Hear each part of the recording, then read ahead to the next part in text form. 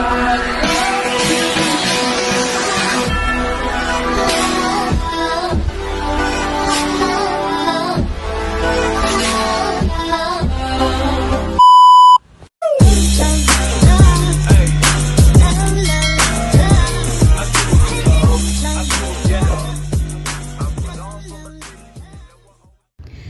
everyone! Welcome back to my channel. For today's vlog guys ay tayo ay titingin ng view dito sa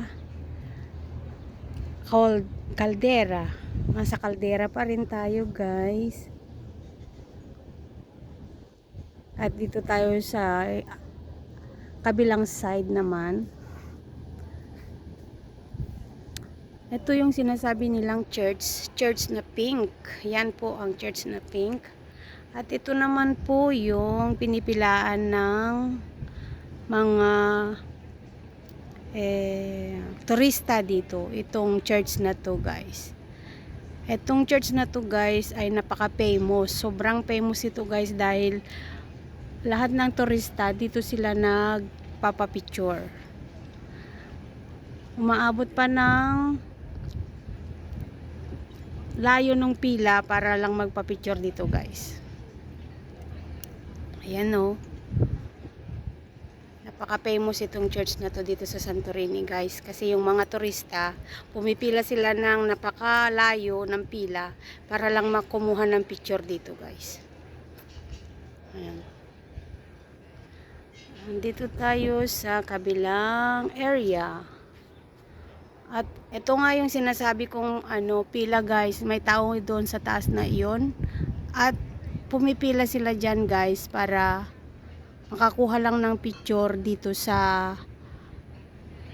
church na to. Ayan, famous church ang tawag nila dito. At ayan na nga guys, at yung mamang yan pumunta pa doon sa taas para makuhanan lang yung sinasabi kong church na yun guys. Dahil doon ay kuha din doon yung church. Pero doon sa taas na pinipilahan, mas malapit kasi doon siya.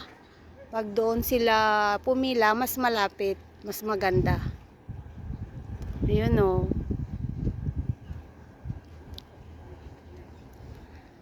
At ito naman sa kabilang side guys, ay dito papunta naman doon sa sinasabi nilang castle, yung Castro na sinasabi ng Greek. Yun naman guys. Papunta doon sa castle na yun. Yung maraming tao doon. Zoom natin guys para makita natin yung mga tao doon. Ayun o. Ayan guys, ang mga tao doon. Ang sinasabi nilang castle na yun. Yun ay isang magandang turista dito, tourist spot guys. So, nagkakabuhol-buhol na ako guys. At ito naman ang tanaw doon sa pangalan noon, nakakalimutan ko na guys. Yung castle na yon, at ito yung tanaw guys. Mayroong restaurant doon sa baba noong castle na yon.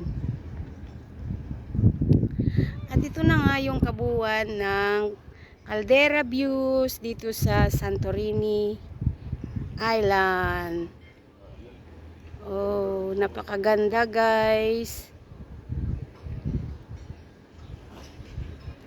Hindi nakakasawang tignan dahil parang paradise tignan. Lalo pag umpisa ka pa lang, bago ka pa lang dito. Napakaganda guys tignan. Pero medyo kung matagal-tagal ka na, siguro naman ano na siya ba. Dahil yun at yun pa rin ang nakikita mo. Gaya ko guys, 15 days na lang ay matatapos na ang aking work dito sa summer. Ay babalik na ako sa Athens. Ayan. At yan mga yun, may mga barko doon guys. Hindi masyadong kita dahil against sa light. Against the light. Ay, naku po. Diyos ko Lord. At balik tayo ulit dito sa kabila. Ayan. Ayan guys.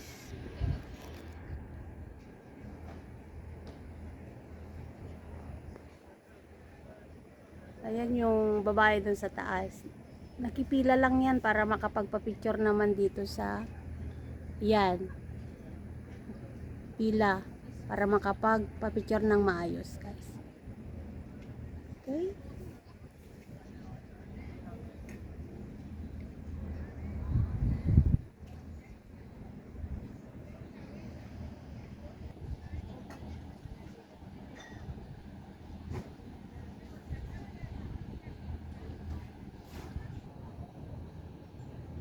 At tingin naman tayo sa baba guys. At yan naman yung aming reception.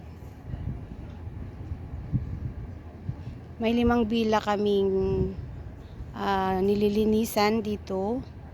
At napakaganda ang view guys. Ito yung matatanaw mo pag nandito ka sa aming work. Itong bila na to. At ito yung matatanaw dito sa hotel kung saan ako nagtatrabaho guys. Ito yung view ng caldera dito sa Oya guys. Napakaganda, 'di ba? Ayan. Ito yung bulkan na sumabog noon. At ito yung mga pila doon sa taas para lang magpa-picture doon sa sinasabi kong napaka-famous na simbahan dito sa Uya, guys. At dito kasi tanaw doon sa baba kung saan nyo makikita yung mga simbahan doon. Yan, napakahaba ng pila para lang magpa-picture dito sa simbahan na to. Yan, blue na yan. Yan lang guys ang pinipila nila hanggang doon sa taas ang pila guys. Thank you for watching. God bless po.